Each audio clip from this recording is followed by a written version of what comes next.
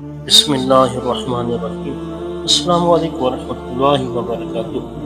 پیارے ناظرین کرام، کبھی تنہائی میں دل ٹوٹتا ہے، کبھی کوئی امید دم توڑ دیتی ہے، اور کبھی انسان تھک جاتا ہے حالات سے، لوگوں سے، یہاں تک کہ خود سے بھی۔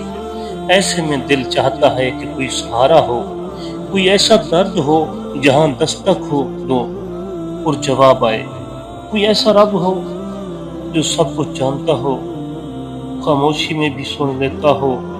میرے عزیز بہنوں اور بھائیوں، یہ ویڈیو ان لوگوں کے لیے ہے جنہیں زندگی کے سفر میں تھوڑا سا سہارا، تھوڑا سا نور اور تھوڑا سکون چاہیے۔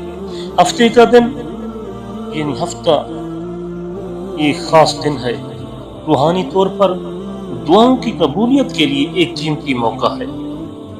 یہ دن محنت کرنے والوں کا دن ہے، صبر کرنے والوں کا دن ہے، اور ان لوگوں کا دن ہے جو چاہے دنیا کی بھیڑ میں گم ہوں لیکن رب کی رحمت سے نا امید نہیں۔ ہفتے کے دن کی چند ایسے اعمال و وظائف ہیں جنہیں اگر ہم اپنی زندگی کا حصہ بنا لیں تو انشاءاللہ دنیا و آخرت دونوں سنور سکتے ہیں۔ نمبر 1، استغفار کی کثرت کرنا۔ ہفتے کے دن کی صبح اللہ تعالیٰ سے معافی مانگنے کے لیے بہترین وقت ہے۔ کم از کم 100 بار پڑھیں استغفر اللہ ربی من کل ذنب واتوب الیہ۔ یہ وظیفہ گناہوں کی معافی، دل کے سکون اور رزق میں برکت کا ذریعہ بنتا ہے، اور اگر آپ آنکھ کھلتے ہی یہ وظیفہ پڑھ لیں تو دن کا آغاز ہی نور اور برکت سے ہوگا۔ نمبر 2، یا فتحوں کا ورد کرنا۔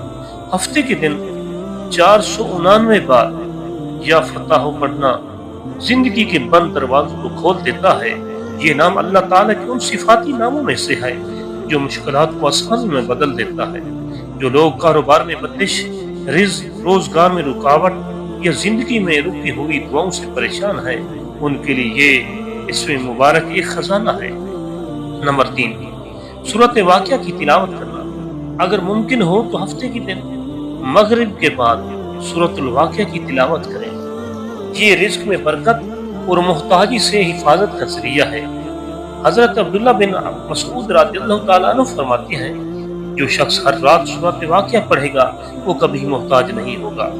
ہفتے کی شام اس عمل کے لیے بہترین ہے کیونکہ یہ ہفتے کا اختتام وقت ہوتا ہے اور اگلے ہفتے کی برکتوں کے لیے ایک روحانی تیاری۔ نمبر 4، صدقہ دینا۔ ہفتے کے دن تھوڑا سا صدقہ ضرور دیا کریں، چاہے روٹی کا ایک ٹکڑا ہی کیوں نہ ہو یا پانی کا ایک گلاس ہی کیوں نہ ہو۔ اللہ کی ہاں نیت دیکھی جاتی ہے، رقم نہیں۔ صدقہ بیماریوں کی ڈھال ہے اور مشکلات کو اللہ تعالیٰ کے حکم سے دور کر دیتا ہے۔ نمبر 5، دل کی حاجت کے لیے 2 رکعت نفل پڑھیں۔ اللہ تعالیٰ کے سامنے اپنے دل کا حال رکھیں، 2 رکعت نفل پڑھیں اور سجدے میں جا کر دعا مانگیں، گڑ گڑا کر رو کر دعائیں مانگیں۔ بے شک وہی ہے جو سنے بغیر بھی سن لیتا ہے۔ اپنے الفاظ میں دعا کریں، اپنی زبان میں اپنی فریاد رب کے سامنے رکھیں، کیونکہ اس کو رسم و رواج سے نہیں دل کی سچائی سے غرض ہے۔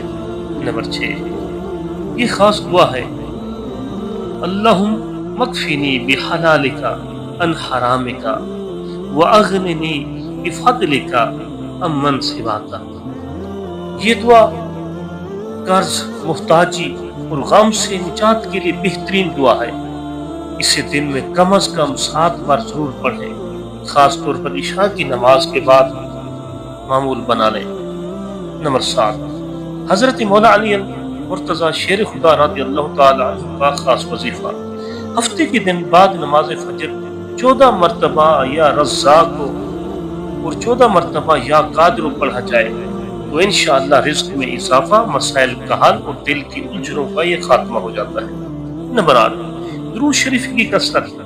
پورے دن میں وقت نکال کر درود ابراہیمی یا کوئی بھی درود آپ پڑھیں، صلی اللہ علی محمد وآلہ وسلم پڑھتے رہیں، کیونکہ درود ہر دعا کو بلندی دیتا ہے، ہر دعا کی قبولیت کا ذریعہ بنتا ہے، ہر مشکل کا علاج ہے درود شریف میں، اور دل کی گھٹن ختم ہو جاتی ہے، ہر مشکل کا حل ہے صلی علی محمد فرما دیں۔ پیارے دوستوں، اگر آپ کی دعائیں قبول نہیں ہو رہی تو نا امید نہ ہو سکتا ہے اللہ آپ کی آزمائش کو آپ کے گناہوں کا کفارہ بنا رہا ہو، اور ہو سکتا ہے وہ آپ کے لیے کچھ بہتر چھپا کے بیٹھا ہو۔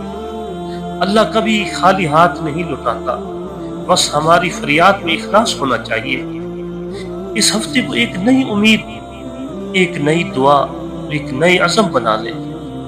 ناظرین کرام، اگر آپ کو یہ ویڈیو آپ کے دل کو چھو گئی ہو، یا آپ چاہتے ہیں کہ کوئی اور بھی اس نور سے فائدہ اٹھائے، تو اسے آگے ضرور شیئر کریں۔ اور اگر آپ ہمارے چینل پر نئے ہیں تو پلیز مہربانی کر کے سبسکرائب ضرور کریں، تاکہ آپ تک ہر ہفتے روزانہ ایسے ہی روحانی، درد بھرے، دل کو ہلا دینے والے پیغامات پہنچتے رہیں۔ ہمیں اپنی دعاؤں میں یاد رکھیے گا۔ السلام علیکم ورحمۃ اللہ وبرکاتہ۔